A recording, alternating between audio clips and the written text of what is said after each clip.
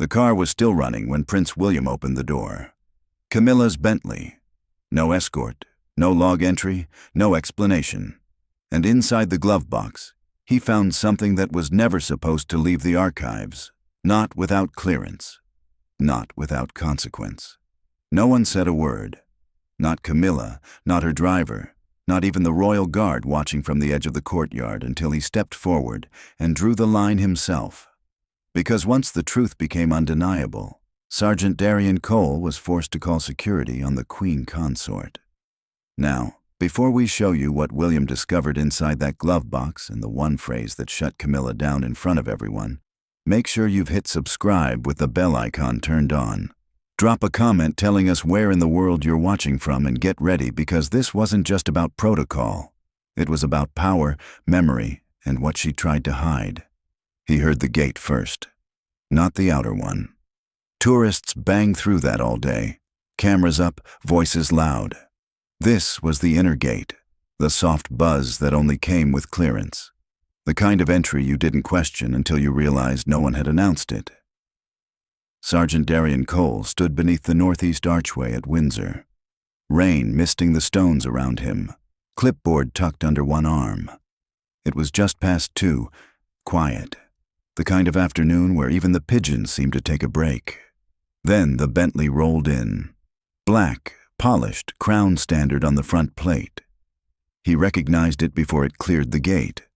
Queen Camilla's car, but there was no escort, no radio call. No valet waiting with an umbrella like there usually was when she arrived on schedule, just the car gliding silent. Darian's eyes tracked it across the wet cobblestones as it curved toward the conservatory wing, the one they'd closed off last month for structural work. Restricted access, family and cleared personnel only, and even then only during logged hours. This wasn't one of them. The Bentley slowed near the side entrance, tires hissing softly against stone. The door opened before anyone could reach it. Camilla stepped out, coat pulled tight. One gloved hand pressed flat against something small and square. Velvet, dark blue, held close to her chest like she didn't want it seen. She didn't look at anyone, didn't wait for the valet, who came running a moment later, just moved straight for the glass door and disappeared inside. Darian stayed where he was, watching. The car sat there, engine still running, keys inside, no driver, no log. He tapped his earpiece. Unit 4, confirm entry clearance Bentley Black Crown Standard 659. A pause. Then not on the rotor, Sergeant. Darian's jaw tightened slightly. He glanced back at the Bentley. The windows were fogging. The exhaust curled low in the damp air. And beneath the hum of the engine, he caught something else, faint, but there the smell of tarnished metal, old silver, something that shouldn't have been in a car that clean. He lowered his clipboard and walked closer. The rain picked up again, soft, persistent. And somewhere inside that idling vehicle, something was waiting to be found. By the time Prince William arrived, the mist had thickened into something that clung to your coat and made the courtyard feel smaller than it was. He stepped out of his convoy SUV alone, waving off his security detail with a tired gesture. He wasn't here for ceremony, just another quiet afternoon, sorting through archive logistics. The kind of work his grandmother had left behind in endless labeled boxes and fading inventories. He'd gotten used to it, the forgotten corners, the overlooked details. The silence of responsibility no one else wanted, but he didn't make it 20 steps before he stopped. Is that Camilla's Bentley?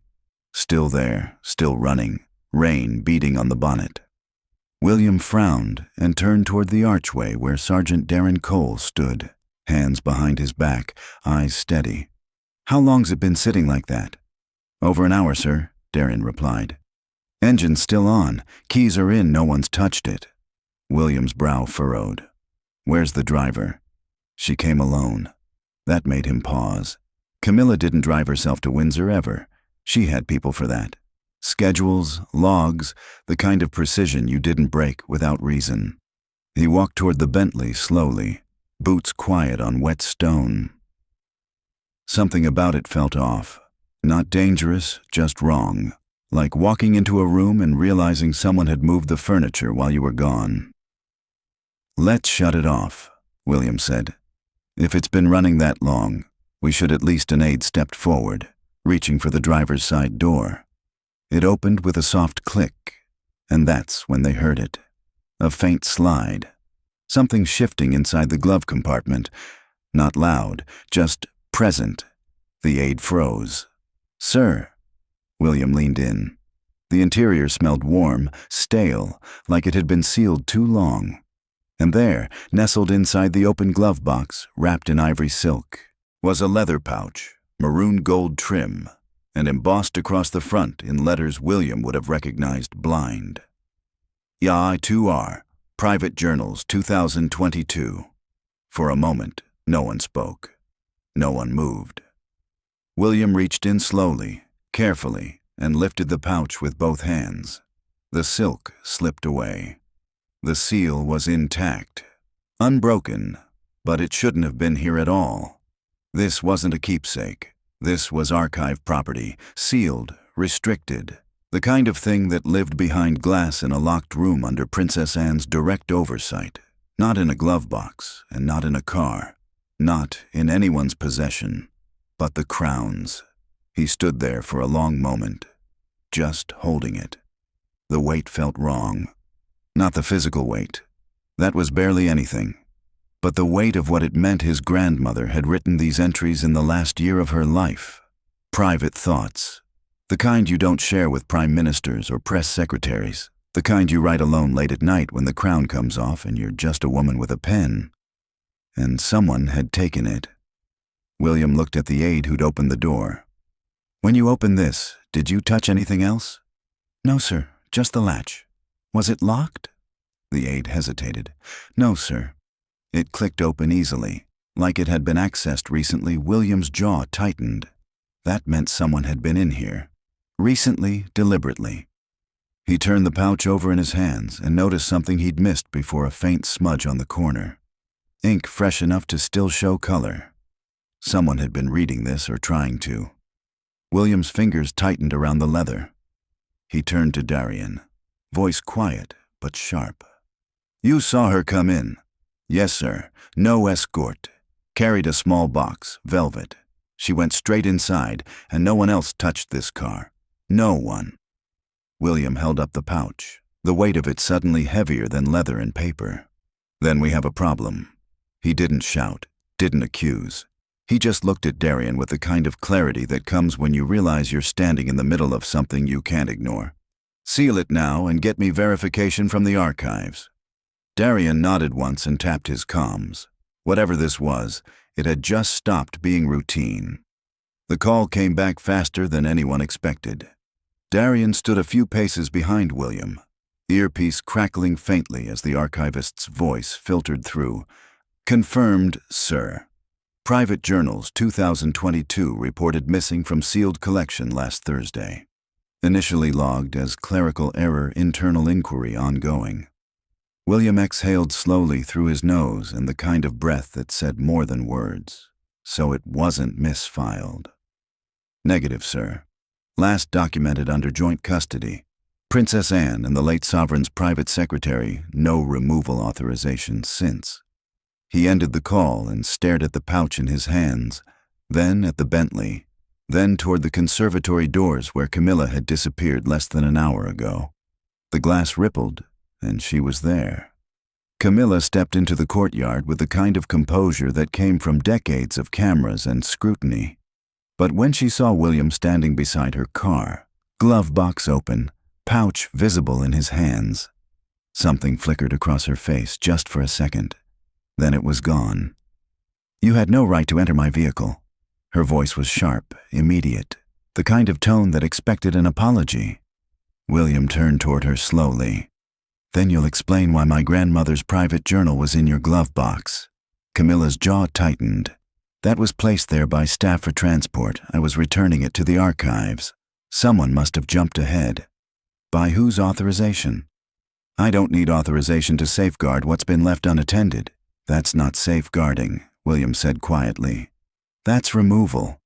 She stepped closer, voice lowering. "Watch your tone, William. You're forgetting yourself." He didn't flinch. "No, Mom. I'm remembering my grandmother." Camilla's eyes narrowed. "Your grandmother understood practicality. She would have wanted these things preserved properly, not gathering dust in some forgotten cabinet while bureaucrats argue over paperwork." "She did preserve them properly," William said, voice still quiet, but harder now. "She sealed them, signed the documentation herself, gave explicit instructions that they remain under Anne's custody. You don't get to rewrite her decisions just because she's not here to stop you." Camilla's smile was thin. "I'm not rewriting anything. I'm ensuring her legacy doesn't get buried under red tape and petty gatekeeping." "You're not ensuring anything," William replied. "You're taking what isn't yours.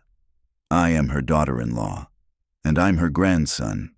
And the difference is I know what she actually wanted because she told me." He lifted the pouch slightly. "She told Anne. She told the archivists. The only person she didn't tell was you." That landed harder than a shout. Camilla's composure flickered just for a second before she recovered. "You're making this personal." "No," William said. "You already did that." Silence stretched between them like a line drawn in stone. Then William turned slightly toward Darian Sergeant Cole. "Log this. Category custody breach. Full chain of possession review under Crown security oversight." Darian was already pulling out his tablet. Camilla's eyes flashed. "I will not have you dragging palace security into private family matters." Darian didn't look up. "Mom, any document bearing the late sovereign's cipher falls under Crown Security Act. Section 12 verification is mandatory. Rank doesn't alter that." Her voice went cold. "You're invoking statute against the Queen Consort?" "No, Mom." Darian's eyes finally lifted against the breach. For the first time since stepping into the courtyard, Camilla had no reply. William looked at her, calm, unyielding, quiet. "Let's treat this properly." And something in the air shifted, not loudly, not dramatically, just irreversibly. Camilla turned without a word, heels sharp against the wet stone as she walked toward the car. Her gloved hand gestured toward the chauffeur who'd been standing frozen near the conservatory entrance. "Start the vehicle. We're leaving." But before the driver could reach the door, Sergeant Darren Cole stepped forward. Not aggressively, not quickly, just one deliberate step, enough to place himself between the Bentley and the man reaching for its handle. "Mom," Darian said evenly, "until the custody breach is resolved, I can't allow this vehicle to leave the grounds." Camilla stopped, turned, stared at him like he'd just spoken a language she didn't understand. "You cannot allow." Darian didn't blink. "Royal security protocol requires unsecured legacy material to be retained on site until formal inspection clears transfer. That includes the pouch and this vehicle." Her voice dropped into something colder. "You forget yourself, Sergeant." "No, Mom." His tone didn't change. "I remember the oath. It wasn't pride. It wasn't defiance, just fact. And it hung there between them, heavier than rain, harder than stone." Around the edges of the courtyard, staff had begun to gather. Archive clerks, valets, groundskeepers. No one spoke, but they were watching. From behind Darian, William's voice came. Still calm, still clear. "The glove box stays sealed until security completes inventory." "That vehicle doesn't move." Camilla scoffed, folding her arms. "This is absurd. It's a misunderstanding over an old folder." William didn't raise his voice. "Then you won't mind security verifying it." Her lip curled. Not anger exactly. Something closer to dismissal. "I don't have time for petty theatrics. This is a family matter." William took one step forward. "No, Mom. This is a matter of trust. And that pouch didn't walk into your glove box by itself." For a moment, she looked like she might say something cutting, something final, but the words never came. Instead, she turned to the chauffeur. "Stand down." The driver stepped back immediately. Darian didn't move. He stayed exactly where he was, silent and still, a wall made of wool and protocol. Inside the car, the engine kept humming, low, patient, waiting, and all around them. The mist folded in tighter. William glanced once at Darian, then down at the pouch still in his hand. Marked the compartment sealed, pending full inspection.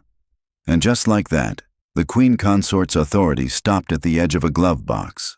By the time the palace security response unit rolled into the courtyard, the air had shifted from damp to cold.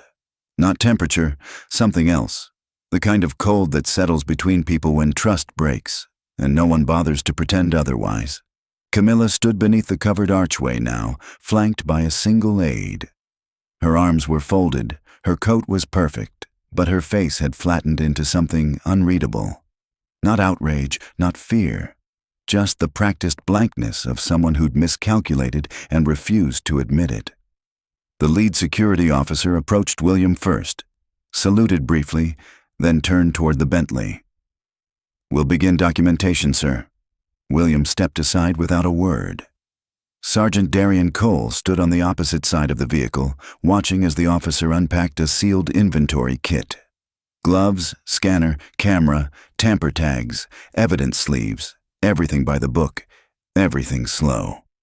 The glove compartment was opened carefully. The pouch with the Queen's cipher was lifted first, already catalogued. Then came the second item, a diamond-studded brooch shaped like a Scottish thistle, the one the Queen had worn during her last public appearance at Balmoral. Then the third, a gold locket engraved with the royal arms, small, delicate, the kind of thing you keep in a drawer and never show anyone. Then the fourth, a miniature oil portrait, no larger than a postcard, faded at the edges, depicting a young Elizabeth standing beside her father, King George V. Near the palace stables, Darian's brow furrowed. These weren't just personal items. They were off-ledger heirlooms. Prince William's gaze hardened as the security officer read the undeclared items. A thistle brooch, gold locket, miniature portrait.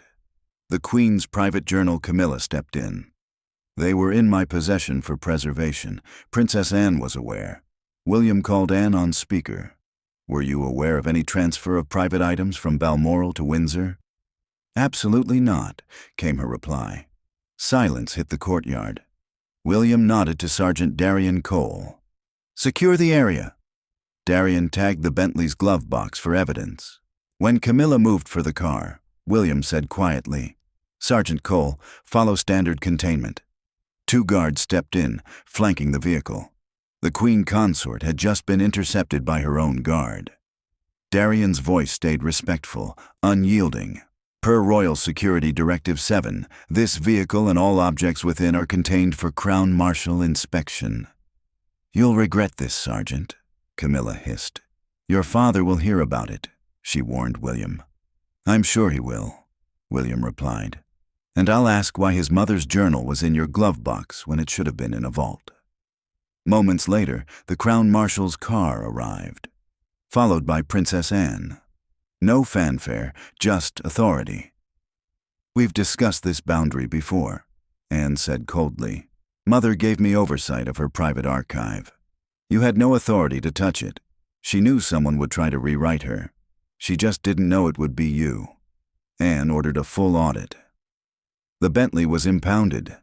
The pouch returned to a sealed vault, now bearing Darian's name in the custody log. That evening, staff corridors hummed with quiet respect. A guard had stopped the Queen Consort from leaving with the Queen's journal. There would be no headlines, only a record, and a man who chose duty over deference. Would you have opened the glove box or walked away?